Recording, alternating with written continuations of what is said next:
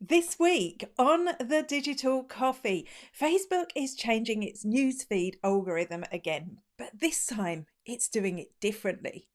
Twitter is finally beginning to roll out professional, that's business profiles, and Instagram is going all in on influencers. All that and more after this.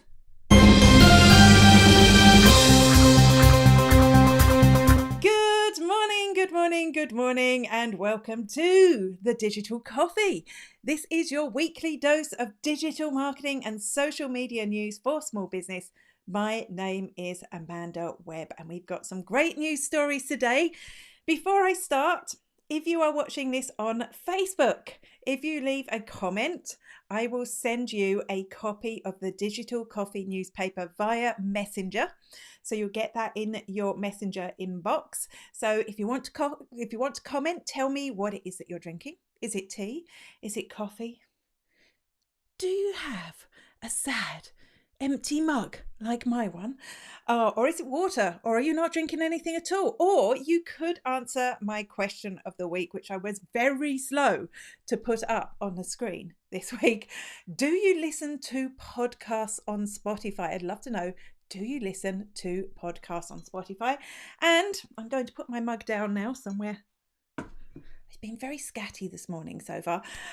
If you don't want to do either of that, just say hello, just like Deirdre has on YouTube, who is saying, good morning, Deirdre. Thank you for joining me again. And for those of you watching on YouTube, there is just a link at the top of the screen. If you click that link, it brings you to where you get updates about the show. And when you do that, you get a copy of the Digital Coffee newspaper as well. But enough of all that. I want to know what you're drinking. I demand to know, but enough of all that. Let's get on to the news. Hey, it's Andy at Content Cal here, and you're watching the Digital Coffee with Amanda Webb. Instagram is full of creators, and when we say creators, that's just a fancy word for influencers. That's what they mean. So let's start again. Instagram is full of influencers, and influencers will make money by some of them will have merch stores. You'll be able to go and buy like mugs and t-shirts with funny things that they say in those merch stores. They also use affiliates, so if they're promoting a product, they may have an affiliate link and they will get a cut of the profits when that affiliate link is used. And thirdly, what we most famously know influencers for, they do brand collaborations. So they'll do sponsored posts where they'll collaborate with a brand and they'll talk about the brand or maybe wear their product in the post. So that is the three, there's probably more out there I haven't thought of, but that would be the key income sources for those creators or influencers. And these are ways that we can actually work with influencers or creators. Now, Instagram is going to make it a lot easier for those influencers to make all those three revenue streams directly within Instagram. Firstly, it's going to launch merch shops, or it's going to launch creator shops, which I imagine are going to be merchandise shops. We know at the moment that you can't sell digital products via a Facebook or Instagram shop. So I imagine it's just going to be those mugs or t-shirts with the fun phrases that people say on them. They're going to launch their own affiliate platform. So at the moment, if you're a business connecting with affiliates, you need to go and set up an affiliate platform somewhere. Your influencers or creators need to go and sign up for that platform, and the whole payment and everything goes through there. Now, Instagram will have its own platform. So as a business, you'll be able to sign up for it, and creators will be able to sign up for it, and it will be a lot easier to facilitate directly within Instagram. And thirdly, they are going to launch a new marketplace where it will be easier for brands to connect with influencers to create sponsored posts. Now, this does make the whole thing a lot more streamlined within Instagram. And for us as businesses, definitely, if you want to work with influencers, it's going to make it so much easier to do. I mean, just by setting up an affiliate program, it's going to make it easier for influencers to promote your stuff. But now we need to think, what's in it for Facebook / Instagram? What's in it for Instagram? Well, firstly, let's think about it. Or at the moment, all these other platforms are doing that job. By bringing it into one place, it's a lot easier, one, to facilitate influencers, to make sure that they stay king of the pack as far as influencer goes. We know we've got TikTok creeping up on them. We know YouTube does a lot of stuff with influencers. Even LinkedIn launched a kind of creator profile recently. So they're all wanting a bit of the action. By making it so much easier for creators to do all their monetization with Instagram, they're making sure they retain them. Secondly, it's a revenue stream, right? They're taking all these other businesses and incorporating it into what they do, which sounds a little bit familiar, because obviously at some stage they're going to make money out of this process and they're going to crush their competitors, which is a very Facebooky thing to do. I do think as an influencer, it is going to make it a lot easier for you to create relationships with influencers and actually find ways to monetize it. But we'll have to see how the rest pans out. I can see lots of comments. Good morning to Kate. Hello, Kate. Thanks for joining me. Deirdre is answering my question of the week. I find Spotify's broadcasting service, well, kind of Spotify personality. Oh, okay, so you like it. My sister loves it and she's not particularly techie. You know, that is one thing about Spotify. It's almost like the Facebook of audio at the moment, right? Because you can get your podcast, they're going to do audio chat rooms, you can get your music all in one space. And it is really easy to access rather than, you know, I've been trying to teach older people how to use their podcast app. It's just the whole concept is beyond them. So I think you're right about that. And yes, Jazz listens to his podcast on Spotify as well. You know what? I don't listen to the podcasts on Spotify. I only listen to music. I listen to podcasts on an app on my phone. So, but that is interesting to know. And I suppose because I have it hooked into all my smart speakers, it would actually be a lot easier for me to listen to them on Spotify. Let's move on with the next news item. Hi, I'm Kyra Fingleton from Glamping Under the Stars, and you're watching The Digital Coffee with Amanda Webb. It's finally happening. Businesses are suddenly interested in email marketing. It's taken a long time. I feel like I've been advocating for this for ages, but I see so many more businesses talking about list building, talking about their email newsletters, what they're going to do, what they need to do. And it's refreshing to see that. And TikTok seems to have noticed this too, because they have just added a new type of ad, which may look a little bit familiar if you're used to advertising on social elsewhere. It's a lead gen ad. So lead gen ads, basically, when you click a button on the ad, it opens up a form within TikTok itself. And there people will be able to input their information like their name, their email address. You know, you can even use this as a contact form. It doesn't have to be collecting emails. And that stuff will connect automatically to your email marketing or your CRM.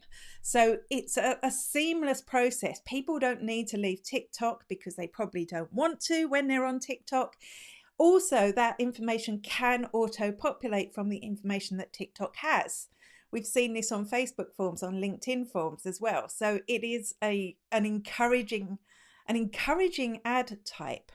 And it would be an exciting way to convert your TikTok viewers into email subscribers or into business contacts or leads. So I like this, but there is, of course, a massive downside because unlike ads on Facebook and LinkedIn, you will still need to create a TikTok ad video. Yes, and I know that is the thing that is stopping so many people using TikTok. You still will need the video in order to incorporate this into it. But I do think it is very enticing. And once again, it looks like TikTok are really thinking about how they can involve businesses on their platform, because obviously that's one key way that they can monetize. Good morning to Ev. Just see a few new people in here. And good morning to Roy. Gosh, there's lots of you here today. Is it because it's a bank holiday and you're kind of finishing off work already? Is it a bank holiday in the UK as well? You'll have to let me know, Roy and Jazz. On to the next news story, so. Hello, this is Rob Charles, the voice of Mike on Forever FM on Peter Kay's Car Share. BAFTA award winning, I've got to say, but I've not seen the BAFTA yet. Anyway, you're watching The Digital Coffee with Amanda Webb. Enjoy. I'm on tea. Shh. It's not so long ago that a change to the Facebook news algorithm would have been headline news. I would have done most of the show on the topic, but not so much anymore. But there is a new update to the newsfeed algorithm on Facebook, and this time it's very different. Yes, it is. What's going to happen, or actually they've already done some of this, they're actually going to be soliciting Facebook users, yes, you and me, to find out what we like and we don't like. And one of the things they have been doing already is they've been creating a Facebook survey, a one-question survey, asking, was this post worth your time? So that's one question they'll ask afterwards, and you can either say yes or no. And if you say yes, they'll show you more posts like that. And if you say no, they'll show you less posts like that. So they're going to be rolling that out to way more people now. The second, they're going to expand this survey idea. They've got a second survey. And the second survey is, do you find this post inspirational? Yes or no? Now, this tells us a little something, doesn't it? It tells us a little something. It tells us that Facebook want to be a happier space, a more inspirational space for us. So you answer yes or no. Obviously, you're going to see more of those sorts of posts if you say yes, and less of those types of posts if you say no. The third thing that they're doing is they're going to be asking you, do you like these topics? Do you want to see more of these topics or less of these topics? And this would be really handy. I'd love if Twitter did this, because we know we can sign up to topics, but goodness, I never want to see a football update. Anyway, so it might show you something about football if you don't like football. Sorry. Manchester United played a match yesterday. Maybe they want to put up something about that. I even know the score. It's ridiculous. And you say, no, I'm not interested in that topic. Or it might be politics, and you can say yes or no, you're not interested in that topic, which will give you a far more personalised news experience. So rather than just relying on their machines to guess what it is they like, they're actually asking for our feedback. The fourth thing is that they're going to make it easier to hide a post. And this will send signals, obviously, back to Facebook as well. The reason they're doing this, they say, is because sometimes people will engage with a post, and that would have been their major signal for whether a post was going to be useful to someone. But later on, their opinion about that post may change, or they may have just engaged with it to be fun, or maybe they were clicking like on everything. So this will make a big difference to the feed. And I'm kind of excited about like this. I like to see having a little bit more control on what I see on Facebook. What about you? Good morning to Marie, who lots of you answering our question of the week this week. You listen to podcasts on Spotify. I must be the only one who doesn't. Okay. Yes, Monday is a bank holiday in the UK. Yes, it is for us too. So it's just Friday is kind of that day where you're anticipating it.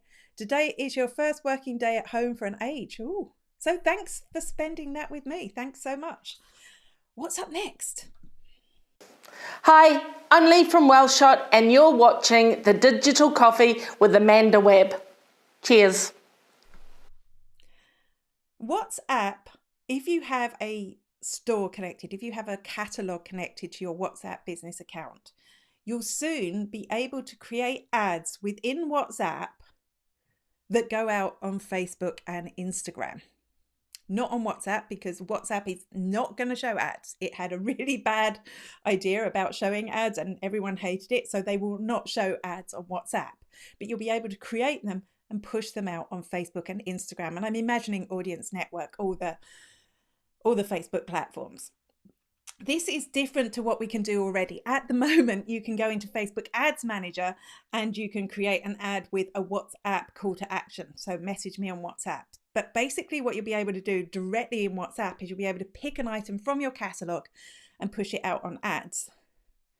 So this could be good, right? Because it's hard to get people to connect with you on WhatsApp if you're a business. You know, you are relying on certain ways of communicating the fact that you're on WhatsApp. This way you will actually be able to pay to get more reach into Facebook and Instagram and connect with people on WhatsApp. I'm wondering if this will be like the Instagram boost post option, because when you go to promote a post on Instagram, you have new options that don't appear in Facebook Ads Manager, things like profile visits. You know, there are some really specified objectives there. And I'm wondering, when we see this, will there be specified objectives for WhatsApp? Will we get a call to action that will just get people to message us directly? Or I don't know what's going to be possible within these ads to see what's there. Maybe follow our WhatsApp profile or connect with us on WhatsApp or something along those lines. I'm really interested to see what pops up here. So I must add something to see what the ads interface looks like. If you haven't switched over to a WhatsApp business account yet, I would highly recommend it, because there are some tools in there that will make it a lot easier for you to communicate with customers and not get messages in the middle of the night.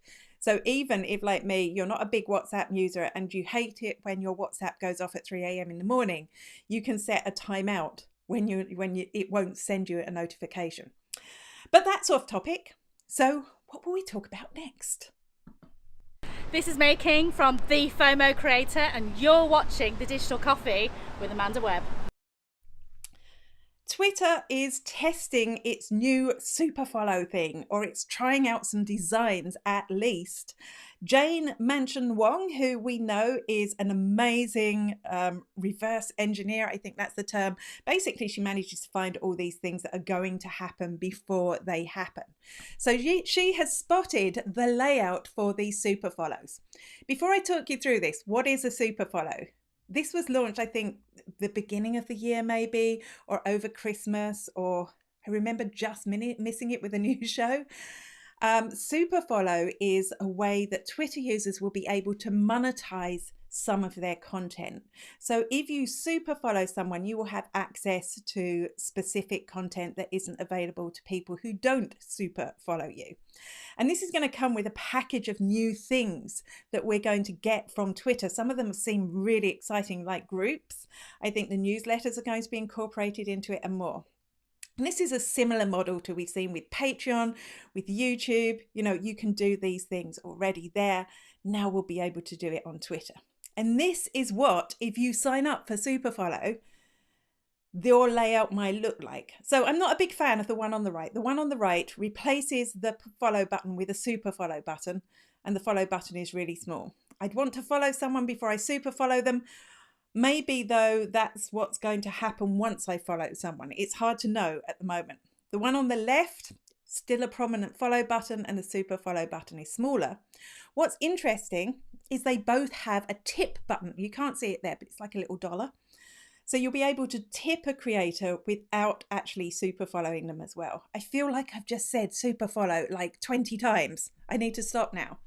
I do think this could be really good for businesses that create a lot of content that maybe been hit by the pandemic as another income stream. If you're creating content people want to watch, don't worry, I won't be doing it for this, but if you're creating content people want to watch, or content that people want to engage with, or people want just that special access to, it could be worth looking at the super follow element, particularly if you're big on Twitter. You're watching The Digital Coffee with Amanda Webb.